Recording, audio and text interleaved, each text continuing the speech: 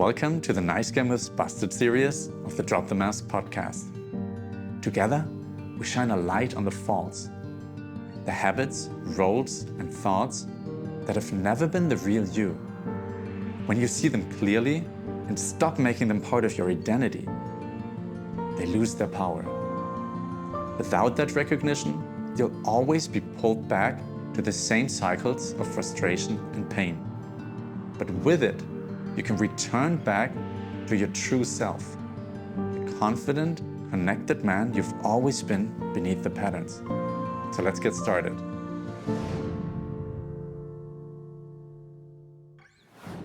My whole life, I was always so proud of getting along with nearly everybody. And I could kind of be in a lot of different social groups and everybody kind of would like me.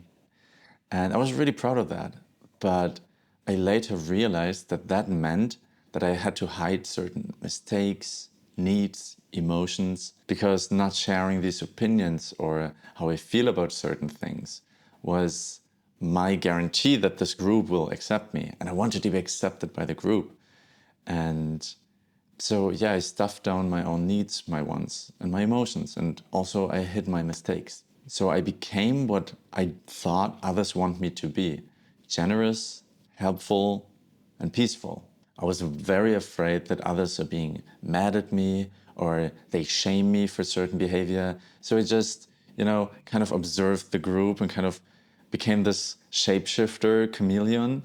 And I was never sure who I am, because I was like, oh, like I'm this, but I'm also that. And I observed that, actually, I remember that. But then I also just accepted that as like, oh, that's apparently me. Other people are like only in this group or only in that group.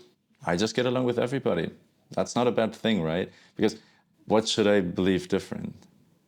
Like, why should I believe that that's a bad thing? So the pattern is hiding who you are.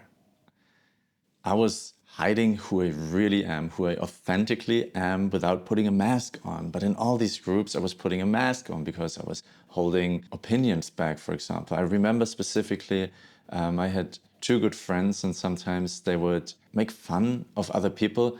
They wouldn't even hear that, right? They weren't like bad persons or something like that. They would like just make fun of someone else in the streets, maybe. That person was so far away, that person didn't hear it. But still, for me, I didn't like it, but I never said anything because I was like, I don't know, I just wanted to feel accepted, I guess. And I didn't want to start a fight or like an argument and then being like the weird one, and I don't know. So yeah, I just stuffed it down. I didn't say anything, even though I didn't like it. And why is that false? Why is that not your true self? So first of all, every time this kind of behavior, you learned that in childhood.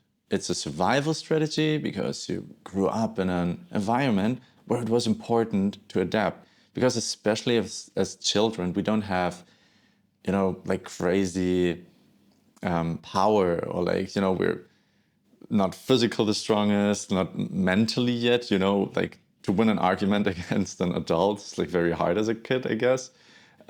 So we have to adapt, and we learned that. And then maybe also we learned that from our parents. Maybe, some people have parents who are also kind of in this shape shifting, and then you just took that one by one. It's like, oh yeah, I just observed that in my parents. Now I'm the same.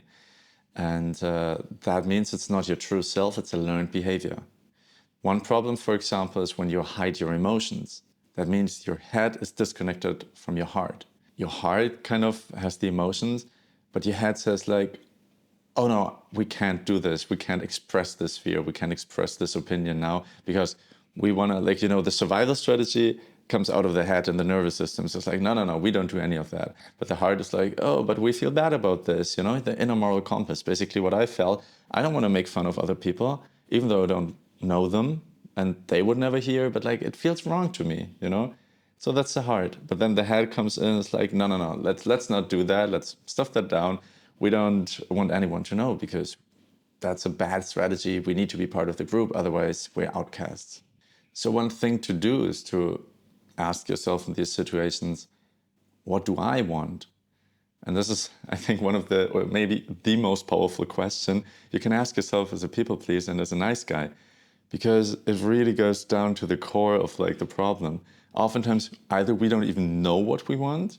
It's buried below layers of like, what do other people want? What is the opinion of the group? And then so many fears which come up of like, oh no, I don't want to be like be an outcast, or like be like have someone being mad at me in the group, or like shame me, or like making fun of me. So we just like stuff it down and not show that part.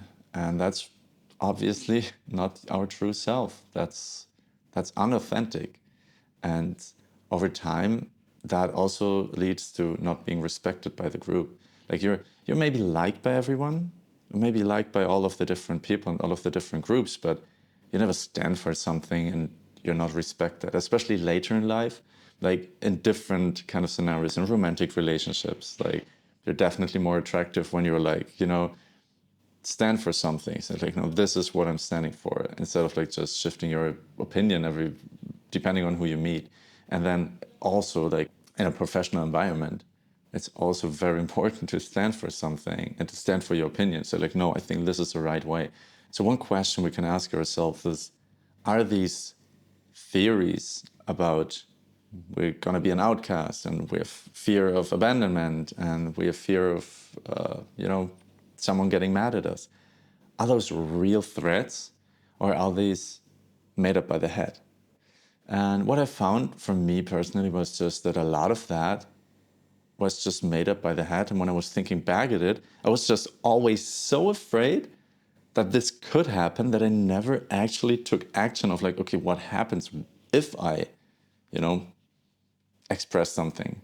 So there was so much fear inside of me that I just never did it. So, and that's how I discovered it's just a belief inside of my head, and not, I don't actually know if that's going to happen. And maybe with some people it happens, or maybe with some group it will happen that someone's getting mad or they don't agree with your opinion, and that's totally normal, right? But when we're like so afraid of someone being, or we having a different opinion than everybody else, how can we ever be authentic and true to ourselves? So I prepared a quest for the next week for you, and I'm going to read it here. It's share one small want, need, or emotion today where you usually wouldn't. So don't hold back, when you get more conscious, more awareness. This is what I want to build in the series, right? More awareness for like, oh, I'm holding something back right now. I'm challenging you to express that. One time can be something really small, but just where you usually wouldn't do it, just observe what's happening. Observe what's happening if I want to do it. Even if you don't do it, just try to do it and observe what's happening. What is the thought which comes up? What are the concrete thoughts which you have in the moment of you want to share something which you would usually hold back? That's so powerful to find out. And write down how you felt afterwards. What thoughts came up. Yeah, write them down, journal them, and then maybe also write them here in the comments, or you can send me a DM personally if you don't want to put it out there in public. And here are my 4 reflective questions, which you also find in the description, either of the podcast or the YouTube video. Number 1, what am I most afraid would happen if I showed my true self?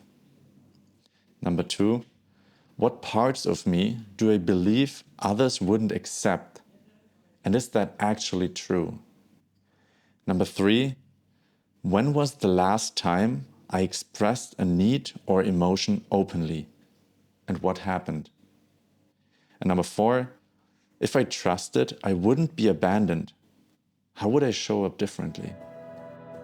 So yeah, I would love to get feedback on how you reflect on these questions and what you discovered about your true self today. And see you in the next one. Goodbye.